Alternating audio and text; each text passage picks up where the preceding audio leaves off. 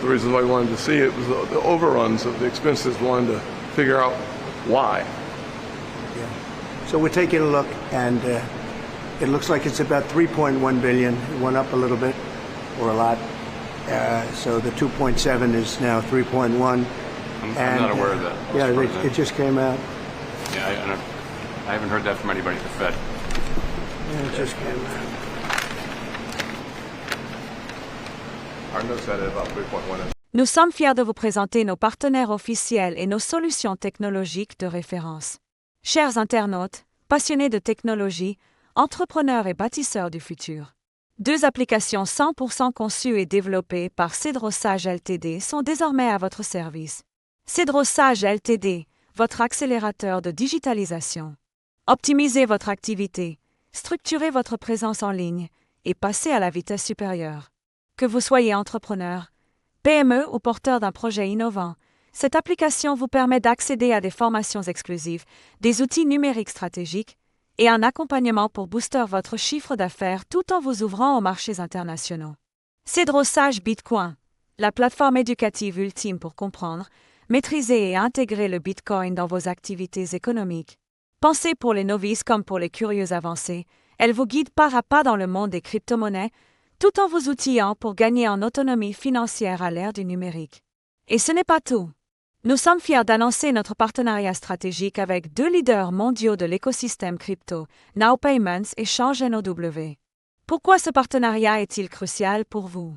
Now Payments vous permet d'accepter facilement les paiements en crypto-monnaie, Bitcoin, Ethereum et bien d'autres sur vos sites ou boutiques avec une intégration fluide, rapide et sécurisée.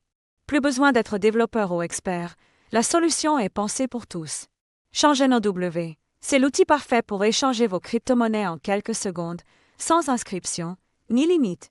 Transparent, rapide, fiable, il vous permet de gérer vos actifs numériques avec flexibilité et sécurité. Ensemble, Cedrosage Ltd, Now Payments et Change NOW vous offrent une porte d'entrée complète vers l'innovation, l'éducation et l'indépendance financière. Les liens pour télécharger nos applications sont disponibles en bio et en description de cette publication. N'attendez plus pour transformer votre avenir. Scannez, téléchargez, apprenez et passez à l'action. Merci à nos partenaires pour leur confiance continue. Bon, alors on plonge direct dans le vif du sujet. Le Bitcoin, fin juillet, il a passé les 119 000 $. Ah oui, et la capitalisation totale du marché crypto qui dépasse les 4 000 milliards. C'est assez spectaculaire. Carrément. Du coup, on va décortiquer cette semaine clé, là, du 25 au 30 juillet 2025, sur tout ce qui s'est passé aux États-Unis.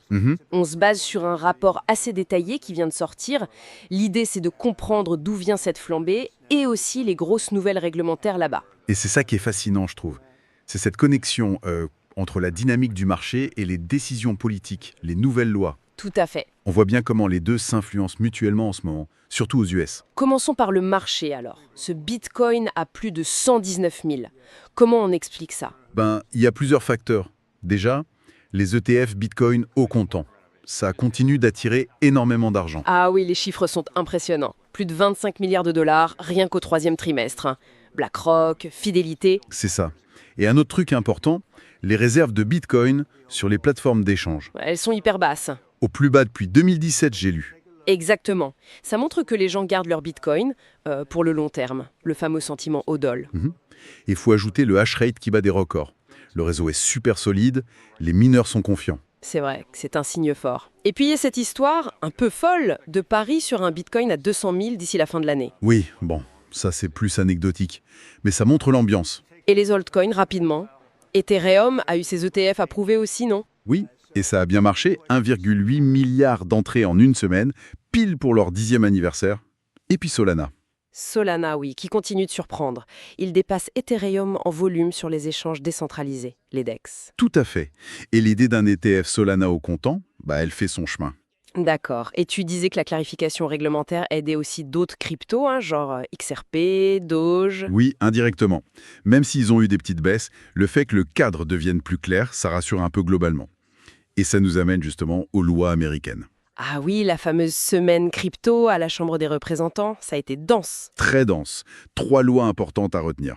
D'abord, la loi Genius sur les stablecoins. Elle est signée, c'est fait. C'est quoi les points clés? Licence obligatoire, réserve à 100% en actifs liquides, des audits réguliers.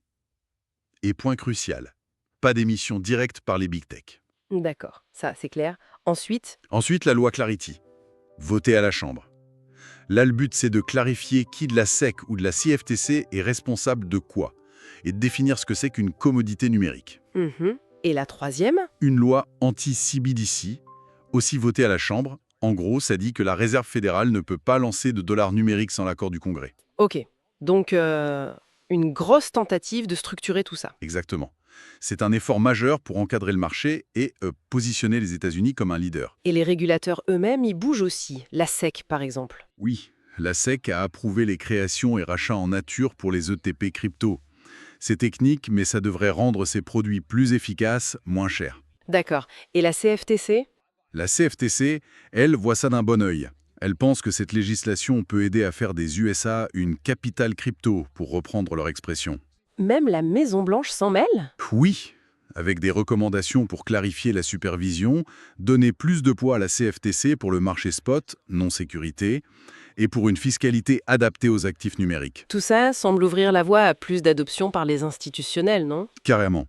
On voit déjà des entreprises qui achètent du Bitcoin, Volcon, Marty, MicroStrategy bien sûr. J'ai lu aussi une rumeur sur une entité liée à l'administration Trump qui aurait acheté pour 2 milliards. Oui, c'est ce qui se dit. Et puis la finance traditionnelle s'y met sérieusement. Goldman Sachs, BNY Mellon sur la tokenisation, JP Morgan sur les prêts crypto, Square qui est en les paiements Bitcoin. Et là, on arrive au point qui pourrait tout changer. Les fonds de pension. Ah, ça c'est potentiellement énorme. Le département du travail a annulé ses anciennes directives qui freinaient l'investissement crypto dans les plans de retraite 401K. C'est ça.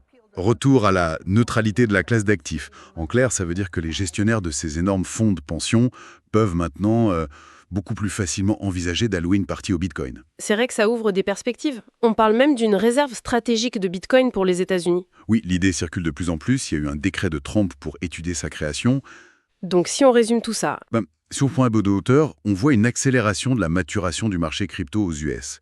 D'un côté, le Bitcoin qui performe, tiré par les institutionnels, via les ETF et le holding. De l'autre, un cadre réglementaire qui se met en place très vite, avec Genius, Clarity.